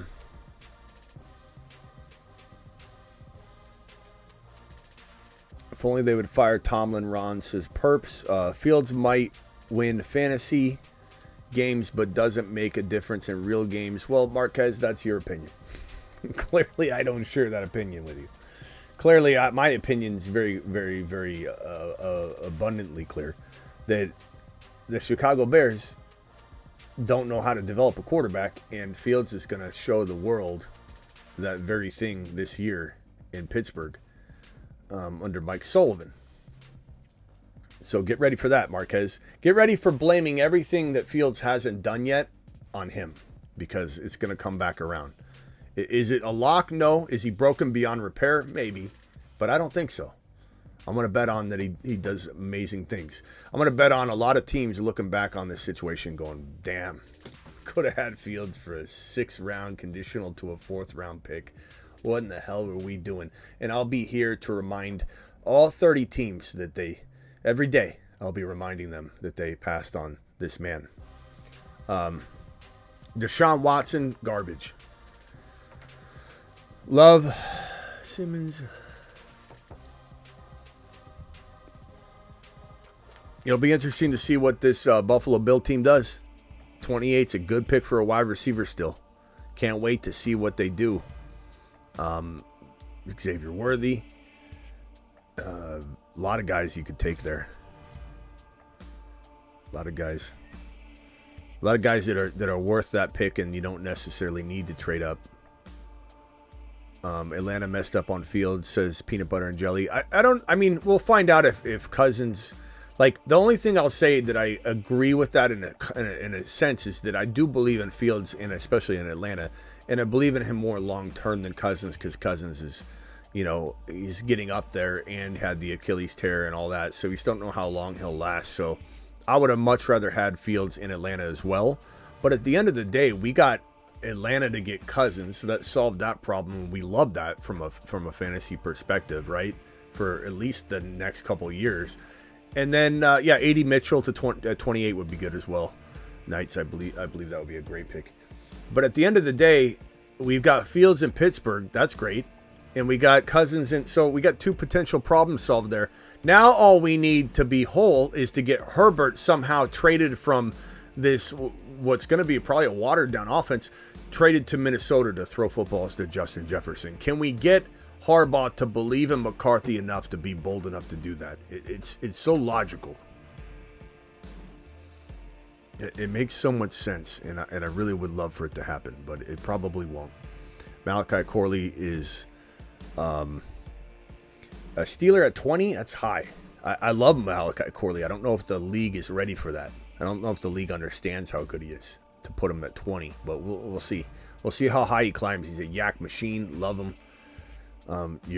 Nobody's touting Malachi Corley and Leggett like this guy has. I made sure I put that content out way before anybody could even possibly hit it. And those are the 2 big gems, and as well as Ricky Parasol, Malachi Corley, and Leggett. After Brian Thomas at number 4, those are my guys. Those are in that order essentially. It's Leggett, it's Malachi Corley, Leggett, either one, and then it's Parasol. It's McConkey and Parasol. I love both of them, but Parasol's the sleeper. Parasol's the quiet gem that a lot of people don't even really realize how good he can be. Parasol's got skill sets that that other wide receivers don't have. Like he's an unbelievable player. Oh, at 51 nights, yeah, that could work. Malachi Corley could fall to 51. I think that's about where the NFL views him. I think he's worth the 20, to be honest with you. But Legette's worth the 20, but you got to play the ADP game to the best of your ability. You got to play the ADP game to the best of your ability in real football and in fantasy. AR5 needs an emoji. That's true. As soon as we get more, YouTube's very stingy about giving away more YouTube emojis, and we're a ways away because it's the off season of having those numbers. Once we get during the season, I bet we get back above the numbers that grant us more emojis, and we'll have a little vote as to who we're going to add. McConkey visited multiple times with the Bills. Yep, it would be a good move. He'd be a good fit. And he keeps Kincaid in a very, very nice territory. Because then you're not talking about a massive name, right? You're talking about somebody that we like a lot, could be very crafty, but keeps Kincaid very relevant. You're live again, Theo. What can I do for you? Yeah, I was wondering where you have Jaden Daniels in Dynasty. I don't know exactly where, but he's, in my opinion, I quietly like him as a top like 5 to 7 guy, but I don't even come close to drafting him there because you don't need to. So where do I rank him? I don't know. I'd have to be on the clock to really tell you, but I would say, obviously Lamar's even going to be gone before I contemplate it, even though I think he can be better than Lamar, but that's a big, it's a big swing. Like, it's a prediction. You can't draft off it. But like after, like, of course, Burrow, Stroud, all those guys are gone. Everybody above them, Mahomes, Josh Allen. I think you start getting toward like the, I don't know, like the 10, the 8, the 9, or I don't know, 10, 11, 12. Like we start getting toward fantasy starters. Then you start contemplating. This might sound crazy right now to say that in a dynasty startup I would draft Jaden Daniels before like well-known starters like Brock Purdy or whatever. But keep in mind that the same mindset was in place last year with AR5. A lot of us drafted AR5 before we drafted our actual week 1 starter. And I think that's going to be the process that will be in place too for people that are trying to get adjusted to what JD5 could be. You draft him around and redraft, and like maybe still double-digit rounds, but like you could technically take a Kirk Cousins right after him or right next to him and start Kirk Cousins, and then you have JD5 and Cousins together. Aaron Rodgers, guys like that. I think in redraft he's most likely going to be just a backup. There's no way in hell I'm going to, even though I like him a lot, that I'm drafting Burrow at the very minimum in the 6th, 7th round. Past that, I'm taking Josh Allen like clockwork on a newfound, 4th round ADP we're probably looking at off this news. I'll be drafting Josh Allen left and right. Mahomes in the 4.8 to 5.1 territory is the biggest home run in fantasy right now. Whether that survives this news with the Josh Allen drop and the Diggs movement and all that, or if it's just Stroud and Allen switching and then nothing else changes, then Mahomes continues to be the biggest steal in fantasy. Yeah. So would you take him over Jordan Love in Dynasty? No. Nope. Not over AR5, not over Jordan. You can't do that. You can be hopeful, but you cannot draft him that high. He's not there yet. We don't even know where he's playing. Yeah. You don't know how good he's going to be yet. AR5 and Love are proven top potential 5 commodities. How do they all fit in the top 5? They can't. The truth is we got 8 or 9 top 5 quarterbacks. We really do. And so Jordan Love and AR5 are in that conversation. We just can't fit them all in. They're going to rotate each year and bump one another out. But, could AR5 and Jordan Love outscore Burrow this year? Sure. Could Burrow outscore both of them? Yes. Could Burrow be top 3 this year? Yes. Could Burrow be 7 this year? Yeah. It's a crazy QB pool. And some might say that's why you wait on a quarterback, but my whole thing is waiting on a quarterback is drafting Joe Burrow. Waiting on a quarterback is drafting Mahomes. Waiting on a quarterback is drafting Josh Allen, because these guys are going in 4 or 5. And I don't care about waiting longer. I'm not going to just continue to wait because I can. I'm going to take the guy where it seems like I'm grabbing Josh Allen or Mahomes, who could outscore everyone, be the number one fantasy football scorer in fantasy football 2024, and I'm getting him at 4th or even 5th round value. There's no need to wait any longer at that point. Like, so it's fun to say, oh yeah, there's such a deep quarterback pool, but who cares? Like, let's draft the number one guy. Let's not say, oh, I'll just take one of them.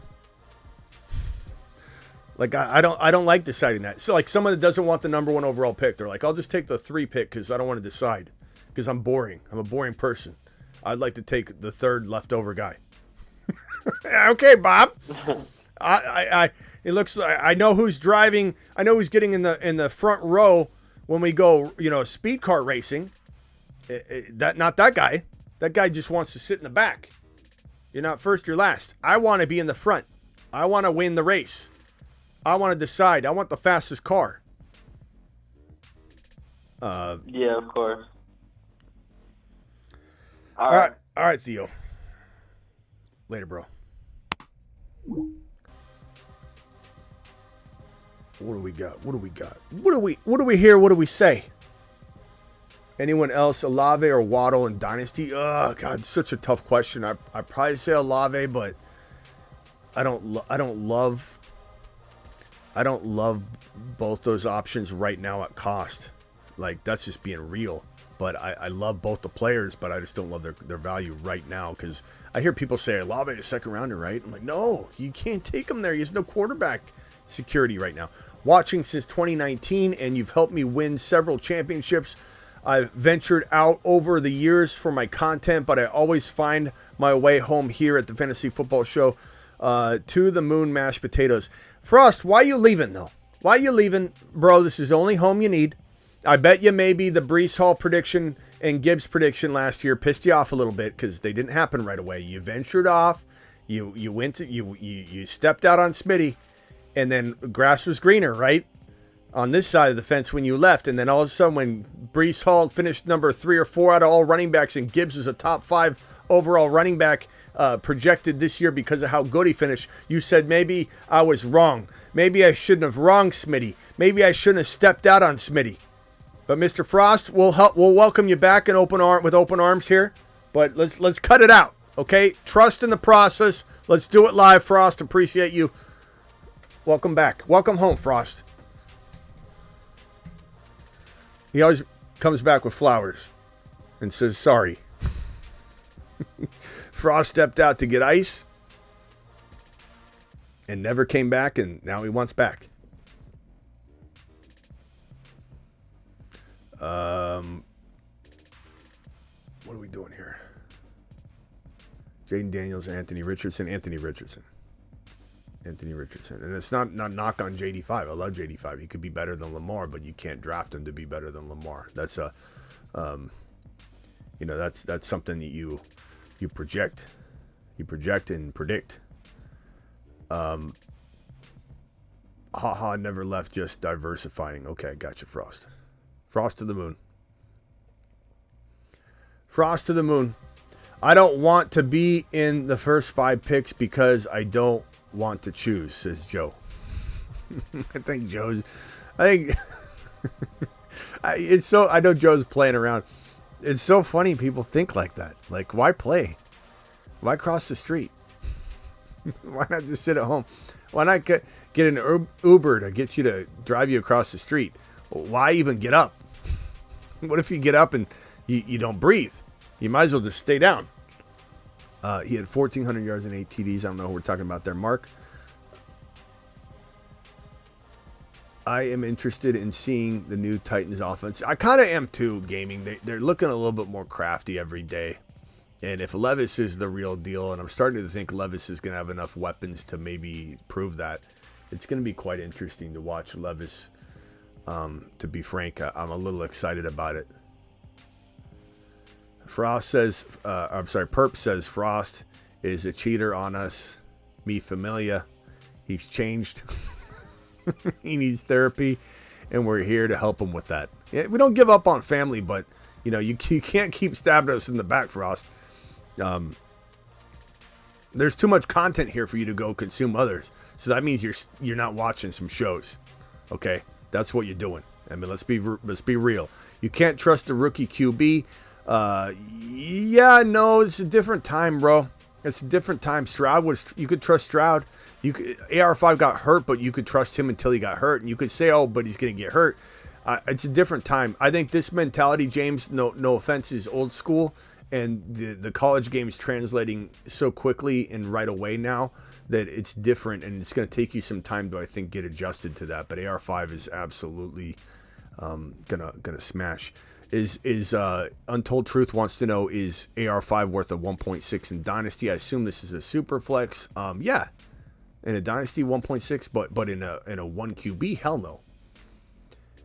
Levis is a great late round pick. QB, yeah, I think in 1 QB you could get him pretty late. I think in super flex people might overpay, so big difference there. Very accurate pronunciation there, Smitty. Me familiar.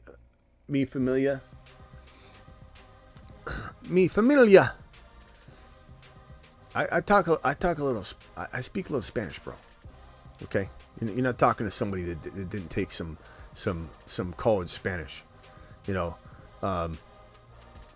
Kyron or HN are better than either wide receiver, says Huffman. I don't know what question that is, but I love both those running backs, so they can be argued with anybody up to, I don't know the context here, but like up to Chase, Lamb, you know, JJ. Trying to repeat, need QB2 in Superflex. Have a 25-second Zamir, Najee as some trade pieces. A QB target. Fields would be a good QB target.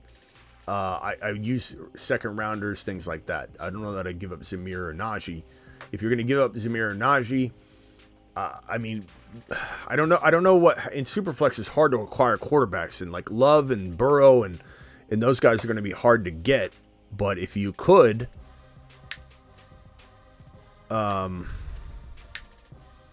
know, I would certainly give up either running back and a potential first rounder for like Burrow or something like that. Probably going to be hard to do. AR5 injured, coming back. I still think he's going to be way overvalued.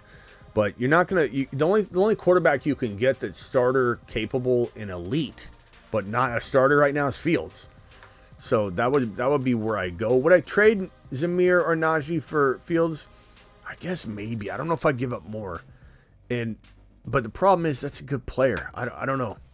And what if Fields doesn't get the job? Like, it's certainly possible. For someone who can't afford a $50 super chat, that was the best I could do, says Mr. Frost. What did Mr. Frost do? What did Mr. Frost do? I don't know what you're saying, Mr. Frost. Did you drop a super chat?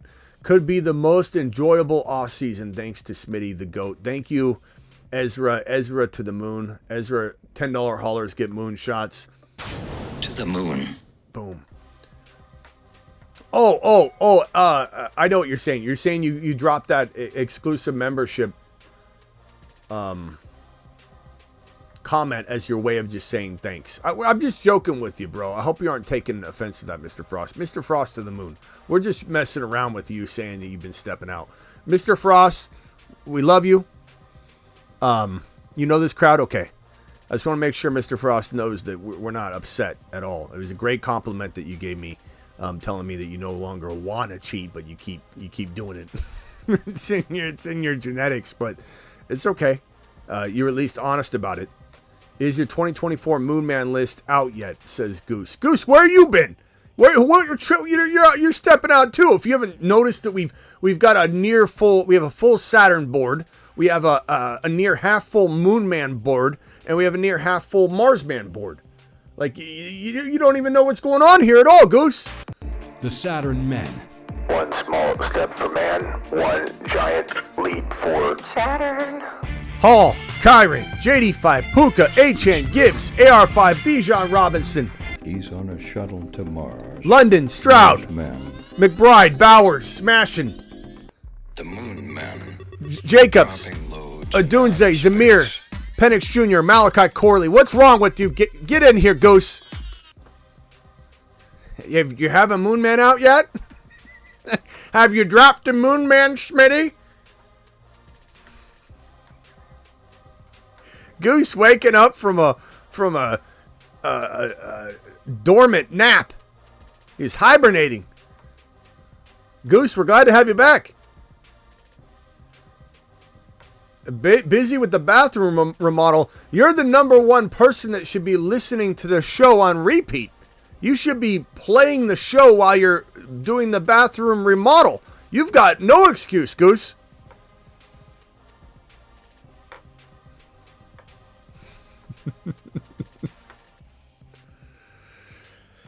Bijan Robin season. The Robin Hood master. Penicillin to the G-men.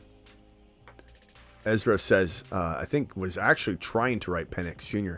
and he rewrote penicillin. Penicillin. Penicillin to the G-men. If the G-men have the balls to take him that high, I'll actually be very impressed. And I'll love it. I'll be quietly, I want the G-men to take Penix Jr. Because guess who would mold and sculpt him into a monster? Dable. Perp says, have you heard of Spotify? True, every show is on Spotify pretty much as well, Goose. So all you got to do is pop the show on Spotify daily because the shows are on Spotify, bro. The replays are there for the taking. Penix Jr. is my number 2 quarterback. Does that mean Caleb's your number 1? No, Caleb's not in my top 2 quarterbacks. I hate to... Sit down, Bears fan. Take a seat. Take a load off. Caleb's not in my top 3 quarterbacks. He's tied with McCarthy for the 5th quarterback spot. I know this isn't what you wanted to hear, but that's how I feel. And I just thought you should know. Thoughts on Jalen Hyatt? I like him. I think he's got upside. I think writing him off would be a mistake, but expecting a ton would also be a mistake. All right, appreciate you all. I'll be back probably later tonight. What's Buffalo going to do? What's Buffalo going to do at the wide receiver position? This chair is empty. It's getting polished, but it's going to be filled. So someone's sitting in this chair that Diggs used to sit in. So let people judge. Let people drop Josh Allen's value. We'll see you all later. Appreciate you. Thank you to all my super chatters.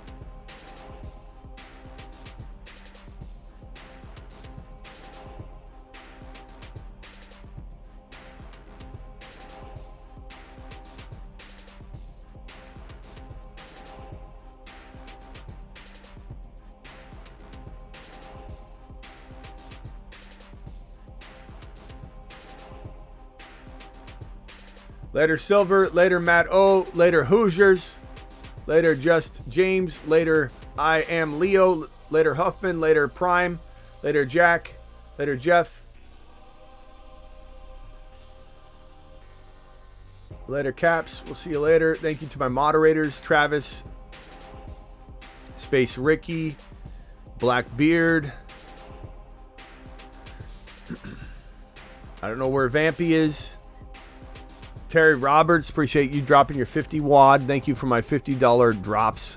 You guys are absolutely amazing. Anybody drops a $50 hauler gets a bold prediction on the board that you see up at the top of the screen right now. It's faded, but you can see it. Your bold prediction goes up there. The winner gets to co-host a couple segments at the beginning of a show. You can be on video or just audio, your choice. You can give it away if you wanted to, if you're stage fright. Be a hero to somebody. Imagine somebody giving it to Draven, who quit fantasy football, by the way. Draven sent me an email saying he quit. I haven't heard from him since. He'll come back, though. He'll be like Frost. He's just dipping his toes in another pool, maybe. Being disloyal. See you all later. Appreciate you. Deuces.